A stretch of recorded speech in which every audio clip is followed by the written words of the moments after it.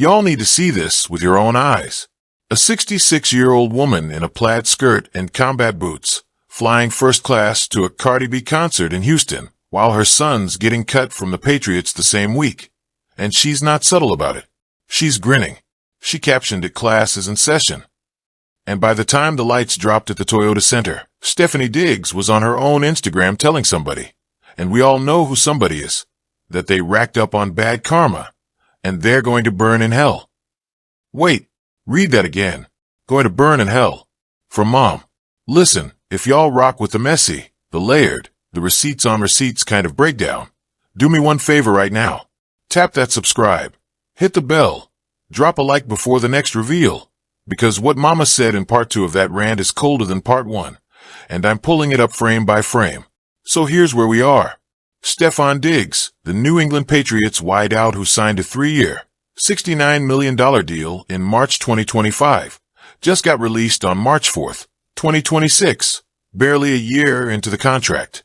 Same week, his mother Stephanie, known online as Digthis_, posts a video to her Instagram stories that does not name a single human being, but is somehow the most specific subtweet of 2026. It happened in the Houston to Boston news cycle, March 2026, right after the Super Bowl 60 collapse, and the Cardi B split confirmation. Page 6 and People magazine had both confirmed the month before. Now look at what she said. Stephanie, on her own story, voice cracking with the kind of disgust you only hear from women who raised you. You did not finesse. You racked up on bad karma. Like, congratulations on being a bleep up person. But that's not finesse. I don't know why the bleep, y'all be thinking y'all get brownie points, and bleep, for doing people dirty that genuinely love, and have good intent for you. Bro, you're going to hell. You're going to hell. You're gonna burn in hell. Okay. I just want everybody to sit with that for 1 second. That's not a mother venting in the kitchen. That's a mother publishing. Distribution model. Captions. Hashtags adjacent. This is a press release written in tongues. Then comes the second slide. Cooler. Scripture flavored. The kind of post you write after you've already screamed once and decided to put the makeup back on. Whatever a person sows, that will they also reap. You may fool people. You may rewrite the story. You may act like the damage you caused was nothing. But God saw it all. That one didn't need a subject. Everybody filled in the blank. Page 6, reporting on the same window. Instagram users raved over the 66-year-old in the comment section for deciding she's still going to the concert, despite her son and Cardi, 33, calling it quits last month. One commenter under her own post wrote, "Flat as a frying pan. She knows her son fumbled real bad." Stephanie didn't delete the comment. She liked the song she had playing under the photos, a shady track that she eventually pulled, per page 6, since been removed from the post. Receipts of receipts. And the kicker from her own caption, paired with her best friend, plaid skirt, combat boots, Houston. Ready to party. Class is in session. Right, because here's where my brain keeps tripping. Stefon Diggs is not a new character. She's the same woman who stood front row at the May 2025 Knicks vs. Celtics game, the date that made Stefon and Cardi an official public couple. She's the same woman who showed up to her son's Massachusetts assault trial in May 2026, where he was found not guilty of charges brought by his former personal chef Miller Adams, who testified he choked and slapped her over a pay dispute. Mama was in the front pew for that one. Quiet. Composed. The only woman in his life who showed up that day. Per College Kids reporting. So this is the part one keep rewinding. She didn't blow up when the chef accused him of strangulation. She didn't blow up when Kiana Barber, the mother of his oldest son, posted that birth timeline that lined up with Stefon and Cardi's overlap window. She didn't blow up when reports surfaced he was reportedly expecting more children with women that weren't Cardi during the Cardi era. Allegedly. Reportedly. The usual disclaimers. But this? An IG flameout? In March 2026, the same week Bill Belichick's ghost helped New England cut him? Wait, hold on. Actually, let me back up, because the timing is the part the timeline screws up. The split itself reportedly happened in February 2026, per People, with Cardi confirming her single status at a Los Angeles concert. The Patriots release dropped March 4th. Stephanie's Burn in Hell story posted within that same March window. The Houston concert flyby, also March. 3 things in 14 days. Relationship dies publicly. Paycheck dies publicly.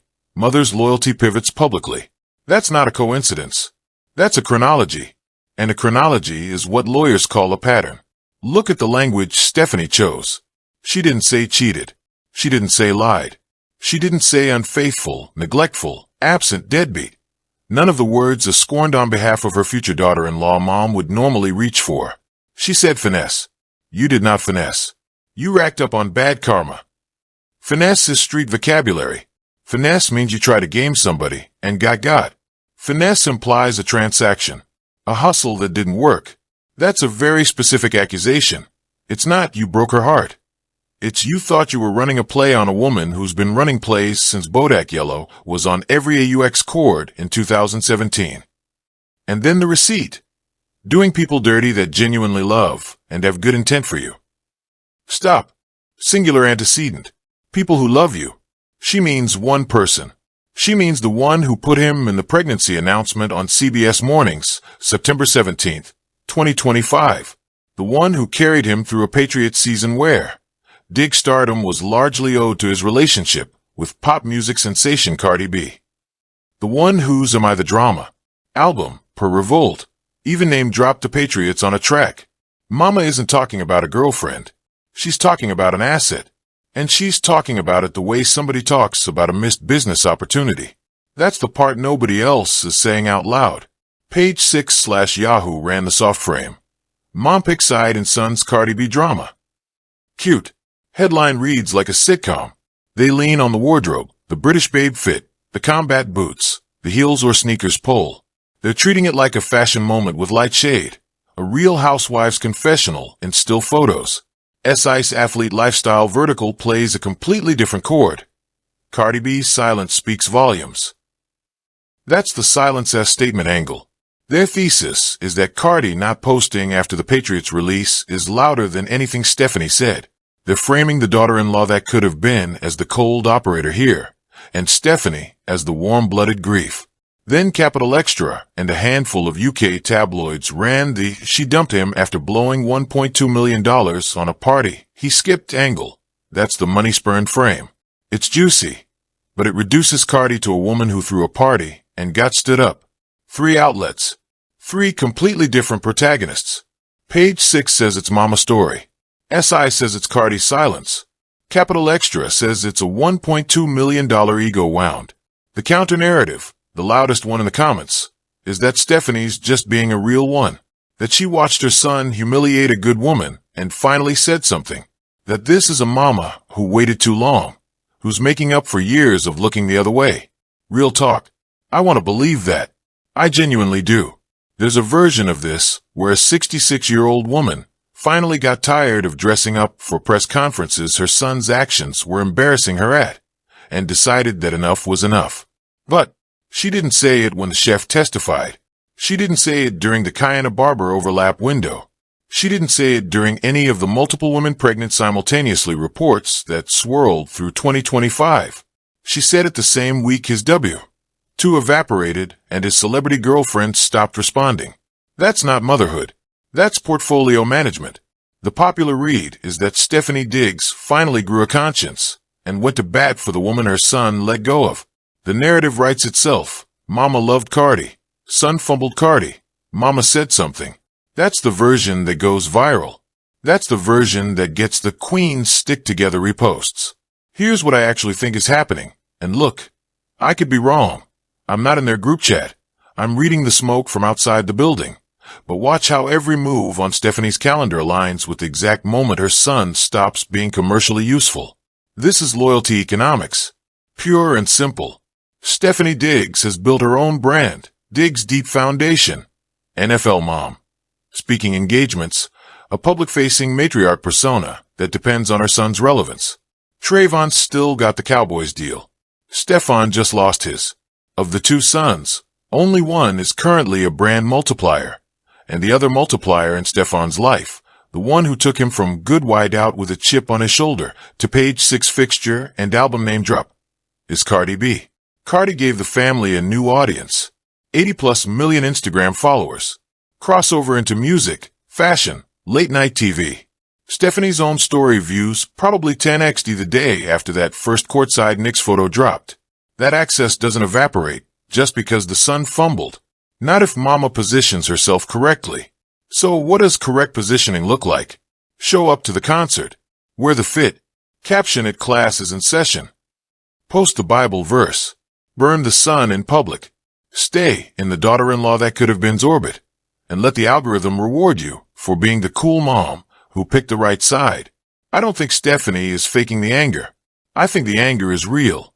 And I think the publication of the anger is strategic. Both things can be true.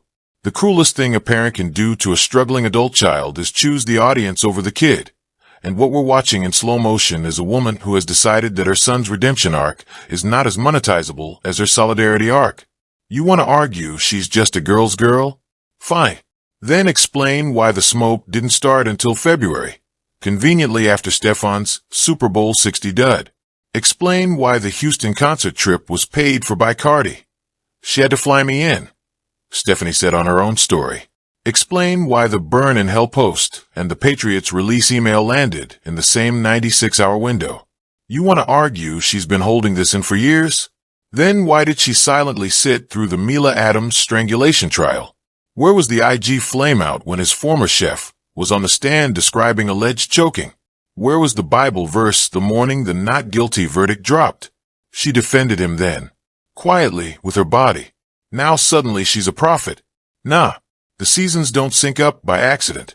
This isn't mama choosing right over wrong. This is mama choosing the brand that's still going to be on a billboard cover in 5 years over the one that's currently a free agent in March. Watch how the next 60 days move. Stefon's gonna sign somewhere. Probably a cheaper deal. Probably an AFC team with a quarterback who needs a veteran.